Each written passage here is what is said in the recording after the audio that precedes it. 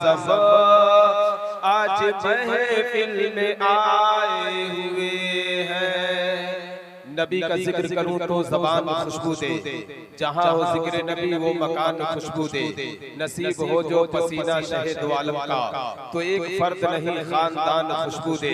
किस शान से हसन बोले, फिदाए हामिले कुरान बोले, गुलामे मोतिए ईमान बोले, व नुक्ता रस दकीका दान बोले, अदब का मतलब ताबान बोले, व अहसनु मिन कलम तरक़त ऐनी, व अजमलु मिन कलम तलिदिन निसाउ, खुलिक़ता मुबर्रअन मिन कुल्ली ऐबिन, कान्नका क़द खुलिक़ता कमा तशाउ। हजार बार तो शोयब रहन से मुझके गुलाब, हुनूसे नाम तो गुफ्तन कमाले बेअदबीश। कुछ बात है कि हस्ती मिटती नहीं हमारी। अल्लामा इकबाल कहते हैं कुछ बात है कि हस्ती मिटती नहीं हमारी।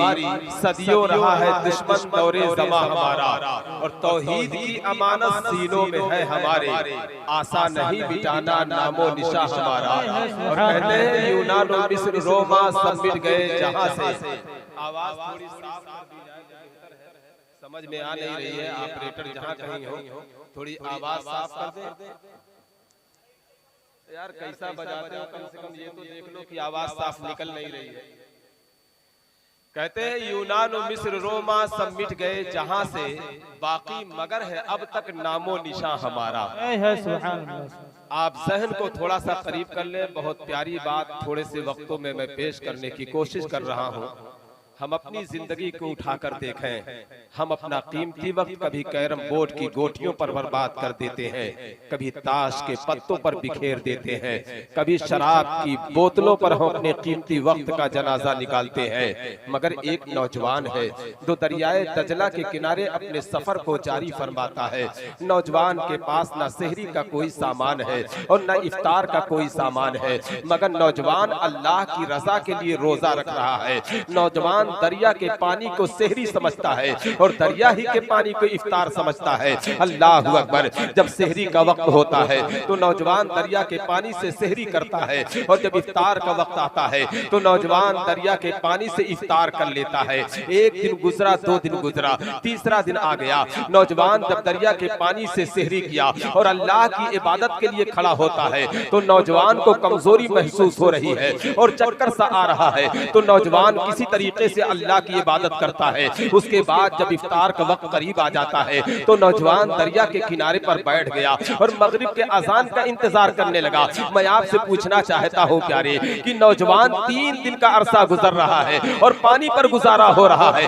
रब की बारगाह में नौजवान दुआ क्यों नहीं करता है? और मैं दावे के साथ कहता हूँ अगर नौजवान रब की बारगाह में दुआ कर देता तो खुदा की कसम जन्नत से खाना आ जाता। मगर नौजवान दुआ नहीं कर रहा है, बल्कि नौजवान ज़हनो फिक्र दे रहा है। कुरान कहता है इन्नल्लाह मास साबिरीन, अल्लाह सब्र करने वालों के साथ है। मेरा रब मुझको देख रहा है। आज 3 दिन का अरसा गुजर रहा है और पानी पर मैं सेहरी कर रहा हूँ और पानी पर इफ्तार कर रहा हूँ। अल्लाह अकबर। तीसरा दिन आ गया है और जब इफ्तार का वक्त करीब आया तो नौजवान दरिया के किनारे पर बैठ गया और मगरिब के अजान का इंतजार करने लगा। इतने में मगरिब के अजान की आवाज आती है तो नौजवान दरिया के पानी को चिल्लू में उठाना चाह रहा था, मगर दरिया के सतह पर एक सेब बहता हुआ आया। नौजवान की नजर सेब पर पड़ गई। भूख की शिद्दत थी, नेमते इलाही समझ करके नौजवान ने उस सेब को उठाया और उसी सेब से इफ्तार कर लिया। नौजवान सेब तो खा लिया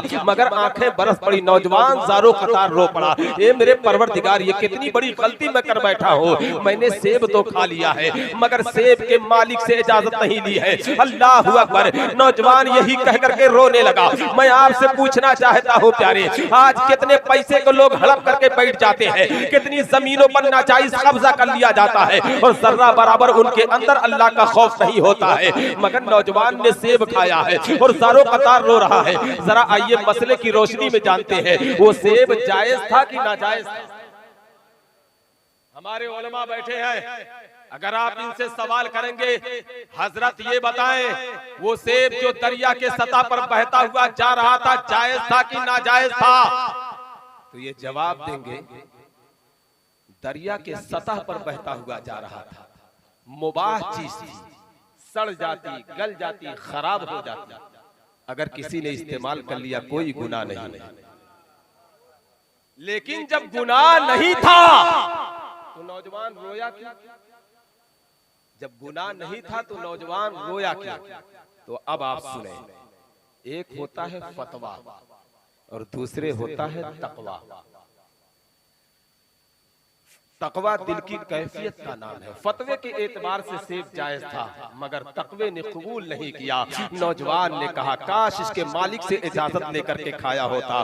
देखिए हमारी जमात के एक बेहतरीन खतीब, खतीब बावकार, मुकर्रर बेमिसाल हजरत अल्लामा मौलाना मुश्ताक बुरहानी साहब क़िबला मद्दजिल्लहुल आली व नूरानी तशरीफ रख रहे हैं। बड़ी अच्छी और बड़ी इस्लाही गुफ्तगू होती है। आप जहन को थोड़ी देर करीब रखें क्योंकि मैं बड़ी जल्दी अपनी तकरीर को समेट रहा हूँ। अल्लाहु अकबर। अब नौजवान सेब खा लिया है, कहा अगर इसके मालिक से इजाजत दिया होता तो इसका मजा कुछ और होता। सुबह की सफेदी नमूदार होती है तो नौजवान उसी तरफ अपने सफर को जारी फरमाता है जिधर से सेब बहता हुआ आया था। नौजवान पूरे दिन चलता है और जब शाम का वक्त करीब आता है तो एक बहुत बड़ा सेब का बागीचा नजर आया और एक दरख्त की शाख इसी पानी में लटकी हुई थी। नौजवान अंदाजा लगाया सेब यहीं से गिर करके वहां तक पहुंचा है। नौजवान बागीचे के अंदर दाखिल हुआ, वहां के मजदूरों से पूछा बताओ तुम्हारी माँ तुम्हारा मालिक कौन है? कहा वो सामने जो हवेली दिखाई दे रही है वो हमारे मालिक की हवेली है और वो सामने जो कुटिया नजर आ रही है वो हमारे मालिक की कुटिया है।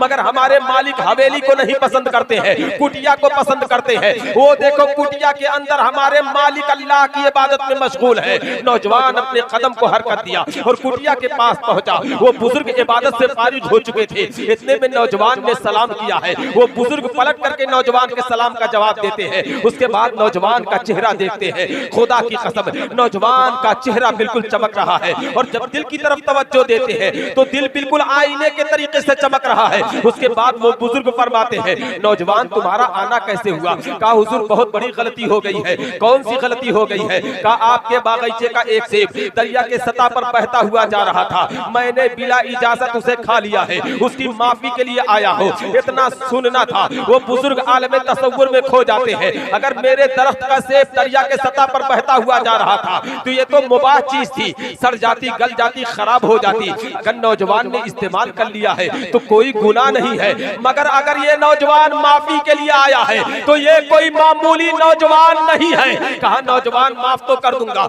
मगर मेरी एक शर्त है। कौन सी शर्त है? कहा शर्त ये है कि मेरे बागीचे की 12 साल तक रखवाली करनी पड़ेगी। नौजवान ने कहा अगर 12 साल रखवाली करूंगा तो माफ कर दोगे? हाँ माफ कर दूंगा। अब नौजवान बागीचे की रखवाली कर रहा है। 1 साल गुजरा, 2 साल गुजरा, तकरीबन 4, 5, 6 साल गुजर गया। उसके बाद वो बुजुर्ग एक दिन तशरीफ फरमा थे और नौजवान से कहते हैं नौजवान जरा एक सेब तोड़ करके लाओ। नौजवान ने सेब तोड़ करके दिया। वो बुजुर्ग खाते हैं, कहते हैं सेब खट्टा है। दूसरा सेब तोड़ करके लाओ। नौजवान ने दूसरा सेब तोड़ करके दिया। वो बुजुर्ग खाते हैं, कहते हैं ये भी खट्टा है। तीसरा सेब तोड़ करके लाओ। नौजवान ने तीसरा सेब तोड़ करके दिया। वो बुजुर्ग खाते हैं, कहते हैं ये भी खट्टा है। कहते हैं अरे नौजवान तू इतने सालों से बागीचे की रखवाली कर रहा है और अभी तक तुमको ये पता नहीं चला कि कौन सा फल मीठा है और कौन सा फल खट्टा है। इतना सुनना था। नौजवान ने अर्ज किया अरे जब से मैं आपके बागीचे की रखवाली कर रहा हूँ आपके दरख्तों का एक सेब भी नहीं खाया हो। अरे एक सेब खाया था उसकी सजा अब तक भुगत रहा हूँ। अगर दूसरा सेब खा लेता तो उसकी सजा कब तक भुगतता। इतना सुनना था। वो बुजुर्ग नौजवान को सीने से लगा लेते हैं। वो बुजुर्ग के आंख से आंसू के कतरे निकले। अल्लाह अल्लाह। वो बुजुर्ग फरमाते हैं नौजवान इजाजत है, इजाजत है, जितना सेब खाना चाहो खा सकते हो। बेशक सुभान अल्लाह। सब्र का फल मीठा होता है। धीरे धीरे वक्त गुजर गया। 12 साल मुकम्मल हुए। नौजवान ने अर्ज किया हुजूर 12 साल मुकम्मल हो गए। कहा नौजवान अब माफ तो कर दूंगा मगर एक और शर्त है। कौन सी शर्त है? मेरी एक लड़की है जो आंख की अंधी है, जबान की गूंगी है, कान की बहरी है, हाथ की लूली है, पैर की लंगड़ी है, उससे तुम्हें निकाह करना होगा। कहा निकाह भी कर लूंगा, माफ कर दोगे? हाँ माफ कर दूंगा। अल्लाह अल्लाह। जरा आप अंदाजा तो लगाते हुए चले। नौजवान की शादी से पहले नौजवान को बताया जा रहा है तुम्हारी होने वाली बीवी, आंख की अंधी है, जबान की गूंगी है, कान की बहरी है, हाथ की लूली है, पैर की लंगड़ी है, उससे तुम्हारा निकाह होगा। तो नौजवान हाँ अगर रिश्ते के लिए कह रहा है तो अल्लाह की रजा के लिए कह रहा है। आज शादियां होती है तो कैसी कैसी पूछताछ हुआ करती है। अल्लाह अकबर, यहाँ से एक जहन मिल रहा है, शादी करो तो अल्लाह की रजा के लिए किया करो। अल्लाह अकबर, नौजवान का निकाह हो जाता है। वो बुजुर्ग फरमाते हैं, नौजवान वो सामने जो रूम दिखाई दे रहा है उसमें तुम्हारी बीवी है यानी मेरी बेटी है, जाओ अपनी बीवी से मुलाकात करो। नौजवान ने अपने कदम को हरकत दिया और दरवाजे पर दस्तक दी। वही लड़की चल करके आई, दरवाजा खोली। अल्लाह अकबर, शौहर को देख करके सलाम पेश कर रही है। नौजवान ने अपने कदम को पीछे पलटाया और आकर के वो बुजुर्ग के दामन को थाम लिया। नौजवान ने अर्ज किया, हुजूर आपने लड़की में जो निशानदही फरमाई थी उसमें से एक निशान भी उस लड़की में नहीं मिल रहा है। वो आंख की अंधी नहीं है, जबान की गूंगी नहीं है, कान की बहरी नहीं है, हाथ की लूली नहीं है, पैर की लंगड़ी नहीं है। इतना सुनना था, वो बुजुर्ग के लबों पर मुस्कुराहट आ गई। वो बुजुर्ग फरमाते हैं, नौजवान वही मेरी बेटी है। अरे हमने आंख की अंधी इसलिए कहा था, वो शरीयत के खिलाफ कभी कुछ देखी नहीं, और जबान की गूंगी इसलिए कहा था, वो शरीयत के खिलाफ कभी कुछ बोली नहीं, और कान की बहरी इसलिए कहा था, वो शरीयत के खिलाफ कभी कुछ सुनी नहीं, और हाथ की लूली इसलिए कहा था, उसका हाथ शरीयत के खिलाफ कभी उठा नहीं, और पैर की लंगड़ी इसलिए कहा था, उसका कदम शरीयत के खिलाफ कभी बढ़ा नहीं। इसी खातून का नाम उम्मुल खैर फातिमा है, और नौजवान का नाम हजरत अबू सालेह है, वो बुजुर्ग का नाम हजरत अब्दुल्लाह सोमई है। इन्हीं तीनों के आंगन में जो फूल खिलता है वही गौसे आज़म है, वही बड़े पीर दस्तगीर है। नारे तकबीर, नारे रिसालत, मसलके आला हजरत, जश्न गौसुल वरा, फैजाने गौसे आजम। नारे तकबीर, हजरत अल्लामा कारी जर्रार साहब किबला। नारे तकबीर, नारे रिसालत। यहीं से पता चला जब माँ बाप मुत्तकी और परहेजगार थे तब गौसे आजम पैदा हुए। जब माँ बाप मुत्तकी और परहेजगार थे तब गरीब नवाज पैदा हुए। आज घरों में गाना बजाना चल रहा है, वक्त ये इजाजत नहीं देता है। आखिर जुमला मैं आपके हवाले करता हूँ तवज्जो के साथ। सरकार गौसे आजम की बिस्मिल्लाह खानी होने जा रही है। उस्ताद ने कहा, बेटा पढ़ो औज़ु बिल्लाहि मिनश शैतानिर रजीम बिस्मिल्लाहिर रहमानिर रहीम। जरा अपने घरों पर एक नजर भी डाल ले।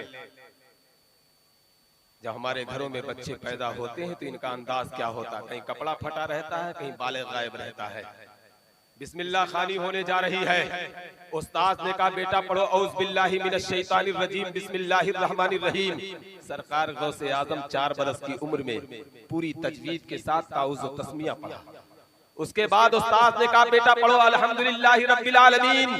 अब गौसे आजम ने जब पढ़ना शुरू किया है तो पहला पारा से लेकर के 18 पारा ज़बानी सुना देते हैं। उस्ताद ने दामन को थाम लिया।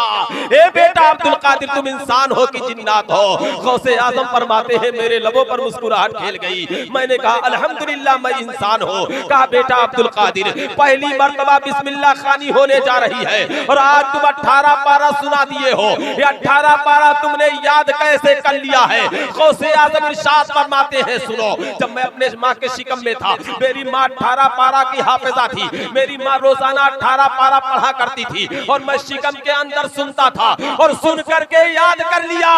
ये गौसे आजम है। कहां कहां देखोगे, इंशाअल्लाह मौका मिलेगा तो इस पर कभी लंबी गुफ्तगू होगी। अल्लाह ताला सुनने से ज्यादा हम सबको अमल करने की तौफीक रफीक अता फरमाए। घरों के माहौल को बदल दो। खुदा की कसम, जब दीनदारी होगी तो आज भी घरों में गौसे आजम का गुलाम जरूर पैदा होगा। व आखिरु दावाना अनिल हम्दुलिल्लाहि रब्बिल आलमीन। अस्सलामु अलैकुम व रहमतुल्लाहि।